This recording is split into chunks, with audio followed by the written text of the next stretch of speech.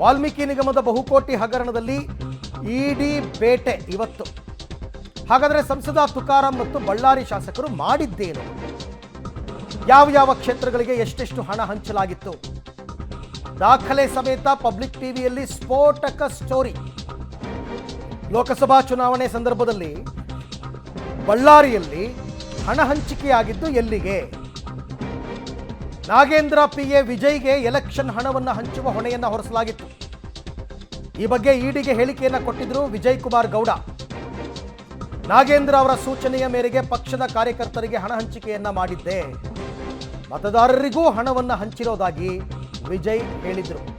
ವಿಜಯ್ ಮೊಬೈಲ್ನಲ್ಲಿ ಪತ್ತೆಯಾಗಿತ್ತು ಕಂತೆ ಕಂತೆ ಹಣದ ಫೋಟೋ. ಅದನ್ನು ನಾವು ನಿಮ್ಗೆ ತೋರಿಸಿದ್ವಿ ಆಗಲೇ. ಯಾವ ಯಾವ ಕ್ಷೇತ್ರಗಳಿಗೆ ಹಂಚಿದ್ದ ಹಣ ಅಂತಕ್ಕಂಥದ್ರ ಬಗ್ಗೆ ಕೂಡ ಮಾಹಿತಿ ಇತ್ತು.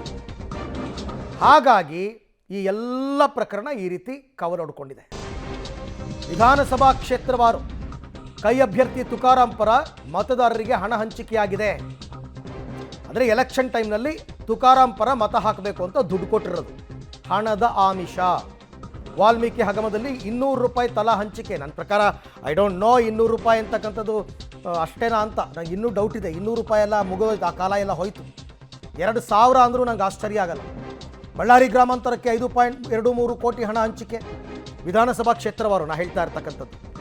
ಬಳ್ಳಾರಿ ನಗರಕ್ಕೆ 3.75 ಕೋಟಿ ಹಣ ಹಂಚಿಕೆಯಾಗಿದೆ. ಬಳ್ಳಾರಿ ನಗರಕ್ಕೆ, ಬಳ್ಳಾರಿ ಗ್ರಾಮಾಂತರ ಕ್ಷೇತ್ರಕ್ಕಾಯಿತು. ಇನ್ನು ಕಂಪ್ಲಿ ಗಣೇಶ್ ಅವರು ಶಾಸಕರು ಇಲ್ಲಿ 3.16 ಕೋಟಿ ಹಣ ಕಂಪ್ಲಿ ಕ್ಷೇತ್ರಕ್ಕೆ ಹಂಚಿಕೆಯಾಗಿದೆ. ಹಾಗೆಯೇ ಇನ್ನು ಬಳ್ಳಾರಿ ಲೋಕಸಭಾ ಚುನಾವಣೆಯಲ್ಲಿ ಕೂಡ್ಲಿಗಿ ಶ್ರೀನಿವಾಸ್ ಅವರು MLA ಆಗಿರ್ತಕ್ಕಂಥದ್ದು. ಬೇರೆ ಬೇರೆ ಕ್ಷೇತ್ರಕ್ಕೆ 15 ಕೋಟಿ ಹಣ ಬಳಕೆ ಮಾಡಿದ್ದಾರೆ. 15 ಕೋಟಿ ಹಣವನ್ನು ಬಳಕೆ ಮಾಡಿರ್ತಕ್ಕಂಥದ್ದು ಗೊತ್ತಾಗ್ತಾ ಇದೆ. ಜೊತೆಗೆ ಈಗ ಭರತ್ ರೆಡ್ಡಿ ಅವರ ಮನೆಯಲ್ಲಿ ಸಿಕ್ಕಿರ್ತಕ್ಕಂಥ ಕೈ ಬರಹದ ಲೆಟರು, ಅದರಲ್ಲಿ 41 ಕೋಟಿ ಲೆಕ್ಕ ಇದೆಯಂತೆ. 41 ಕೋಟಿ ರೂಪಾಯಿ ಲೆಕ್ಕ ಸಿಕ್ಕಿದೆಯಂತೆ.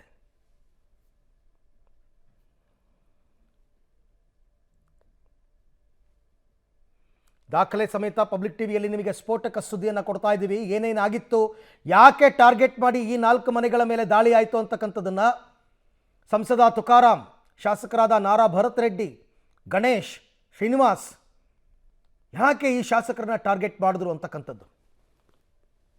ಸೊ ಹಾಗಾಗಿ ಈಗ ಇಡಿ ಅವರು ಈ ದಾಳಿಯನ್ನು ಮಾಡಿದ್ದಾರೆ. ಈ ದಾಳಿಯನ್ನು ಬಿಜೆಪಿ ನಾಯಕರೆಲ್ಲರೂ ಕೂಡ ಸಮರ್ಥಿಸ್ಕೊಂಡಿದ್ದಾರೆ.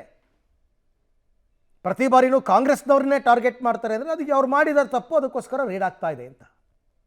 ಈ ಬಗ್ಗೆ ಮತ್ತಷ್ಟು ಮಾಹಿತಿ ನನ್ನ ಕೊಲೀಗ್ ಮುರಳೀಧರ್ ಅವರಿಂದ ಪಡ್ಕೊಳ್ಳೋಣ. ಮುರಳಿ, ಈಗ ನನ್ನ ಪ್ರಕಾರ ಬಳ್ಳಾರಿ ಲೋಕಸಭಾ ಚುನಾವಣೆಗೆ ಅತ್ಯಂತ ವ್ಯವಸ್ಥಿತವಾಗಿ ಹಣವನ್ನು ಹಂಚಿಕೆ ಮಾಡಿದ್ದಾರೆ. ಈ ಎಲ್ಲ ಮಾಹಿತಿ ಇಡಿ ಅವರಿಗೆ ಗೊತ್ತಿದೆ. ಪಿನ್ ಟು ಪಿನ್ ಕ್ಷೇತ್ರಕ್ಕೆ ಹೋಗಿರುವ ದುಡ್ಡಿನ ಲೆಕ್ಕಾಚಾರ ಗೊತ್ತಿದೆ. ಹಾಗಾಗಿ ಇವತ್ತು ಈ 4 ಜನರನ್ನ ಟಾರ್ಗೆಟ್ ಮಾಡಿ ದಾಳಿ ಆಯ್ತಾ ಅಂತ.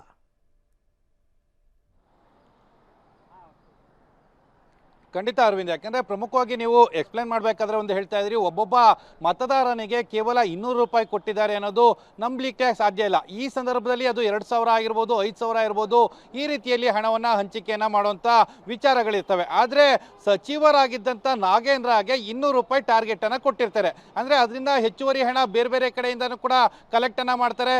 ಕಲೆಕ್ಟನ್ನು ಮಾಡಿ 200 ರೂಪಾಯಿಂದ ಅದು 500 ರೂಪಾಯಿ ಅಥವಾ 1000 ರೂಪಾಯಿ ಈ ರೀತಿಯಲ್ಲಿ ಹಣವನ್ನು ಹಂಚಿಕೆಯನ್ನು ಮಾಡುವಂಥದ್ದು. ಯಾಕೆಂದರೆ ಪ್ರತಿಯೊಬ್ಬ ಸಚಿವನಿಗೆ ಅಥವಾ ಪ್ರತಿಯೊಬ್ಬ ಶಾಸಕನಿಗೆ ಎಷ್ಟೆಷ್ಟು ಹಣವನ್ನು ಕೊಡಬೇಕು ಅಂತೇಳಿ ಟಾರ್ಗೆಟ್ ಅನ್ನು ಕೊಟ್ಟಿದ್ರು ಅನ್ನೋದ್ರ ಬಗ್ಗೆನೂ ಕೂಡ ಇಡಿ ತನಿಖೆಯಲ್ಲಿ ಬಹಿರಂಗ ಆಗ್ತಾ ಇರೋಂಥದ್ದು.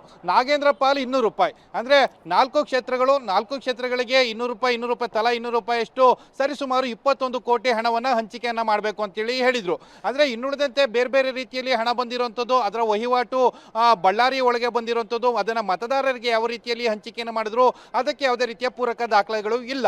ಸದ್ಯಕ್ಕೆ ಆ ಟಾರ್ಗೆಟ್ ಅನ್ನು ಇಟ್ಕೊಂಡು ಏನೋ ಹಣವನ್ನು ಹಂಚಿಕೆಯನ್ನು ಮಾಡಿದ್ದಾರೆ ಅನ್ನೋದ್ರ ಆರೋಪಗಳ ಮಾಹಿತಿ ಮೇಲೆ ಇಡೀ ತನ್ನ ದಾಳಿಯನ್ನು ಮಾಡ್ತಾ ಇರೋಂಥದ್ದು.